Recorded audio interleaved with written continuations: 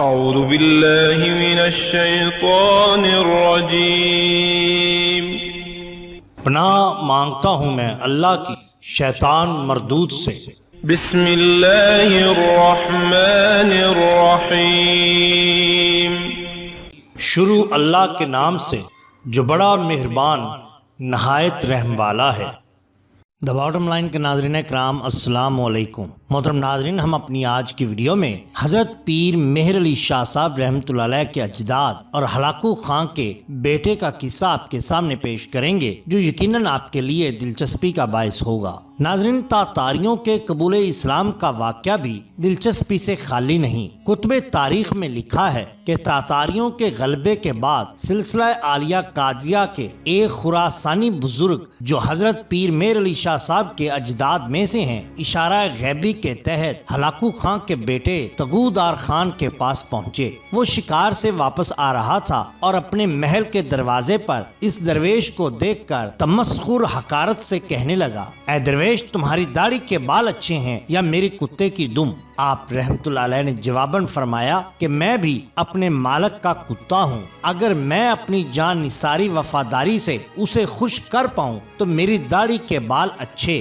ورنہ آپ کے کتے کی دم اچھی ہے جو آپ کے فرما برداری کرتا ہے اور آپ کے لیے شکار کی خدمت انجام دیتا ہے۔ تگودار خان پر اس انداز گفتگو کا بہت اثر ہوا اور اس نے آپ کو اپنا مہمان رکھ کر آپ رحمت اللہ علیہ کی تعلیم و تبلیغ کے زیر اثر در پردہ اسلام قبول کر لیا، مگر اسے اس خیال سے ظاہر نہ کیا کہ ناسازگاری حالات کے پیش نظر کہیں اپنی قوم کی مخالفت کا سامنا نہ کرنا پڑے۔ بعد ازاں ان کو یہ کہہ کر رخصت کر دیا کہ کچھ عرصہ بعد تشریف لائیے گا تاکہ میں اس دوران اپنی قوم کو ذہنی طور پر یہ نیا مذہب قبول کرنے کے لیے تیار کر سکوں۔ وہ درویش واپس وطن تشریف لے گئے، مگر چونکہ وقت پورا ہو گیا تھا اس لیے بقضائے الہی دائی اجل کو لبیک کہہ گئے، یعنی فوت ہو گئے۔ کچھ عرصہ بعد ان کے صاحبزادے آپ کی جگہ حسب وصیت تگودار خان کے پاس پہنچے تو اس نے کہا کہ باقی سرداران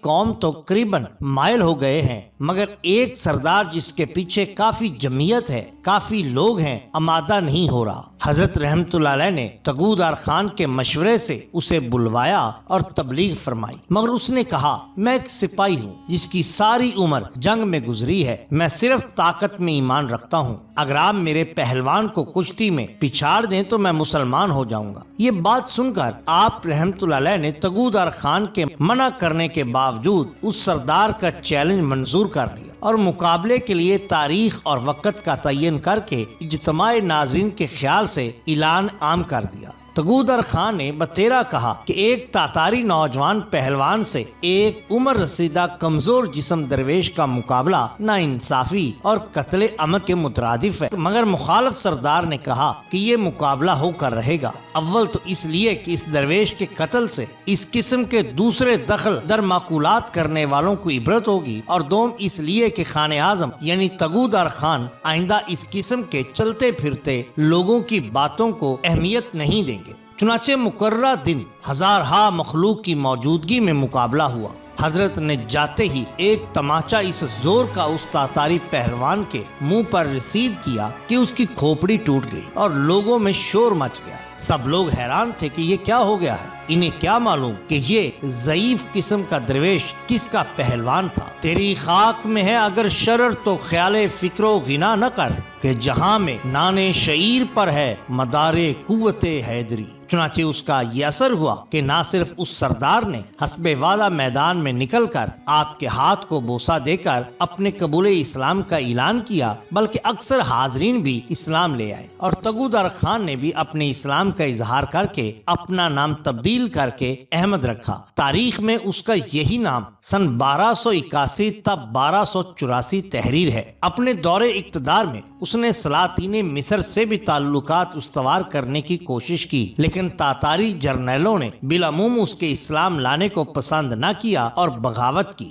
احمد باوجود مقابلہ کے کامیاب نہ ہو سکا اور شہید ہوا۔ مورخین نے اس واقعہ کو قدرت کی ایک عجیب ستم ظریفی قرار دیا کہ باپ یعنی ہلاکو خان تو اسلام اور عرب تہذیب کو تباہ کرے اور بیٹا یعنی احمد تگودار خان اسی تہذیب اور اسلام کے تحفظ کے لیے اپنی جان قربان کرے۔ اگرچہ اس واقعہ سے تاتاریوں میں اشاعت اسلام کی رفتار قدر سست پڑ گئی، مگر چونکہ دوسری طرف ہلاکو خان کا ایک چچا زاد بھائی برکا بھی حضرت شیخ شمس الدین باخوری رحمت اللہ علیہ کے دست حق پرست پر اسلام قبول کر چکا تھا، اور پھر احمد یعنی تگودار خان کے بھتیجے کے بیٹے غزن محمود نے بھی اسلام قبول کر لیا۔ اس لیے وسط ایشیا کے تاتاری حکومت تاتاری اسلامی حکومت میں بدل گئی۔ یہ سب کچھ حضرت شیخ شمس الدین باخوری اجداد حضرت پیر میر علی شاہ صاحب رحمت اللہ علیہ کی وجہ سے ہوا، کیونکہ یہی شان ہوتی ہے اولیاء اللہ کی۔ ناظرین کرام، اگر آپ کو ہماری یہ ویڈیو پسند آئی ہو تو لائک کیجئے، سبسکرائب کیجئے ہمارے چینل دا باٹم لائن کو، تاکہ ہم آپ کے لیے اور بھی بہترین ویڈیوز لا سکیں۔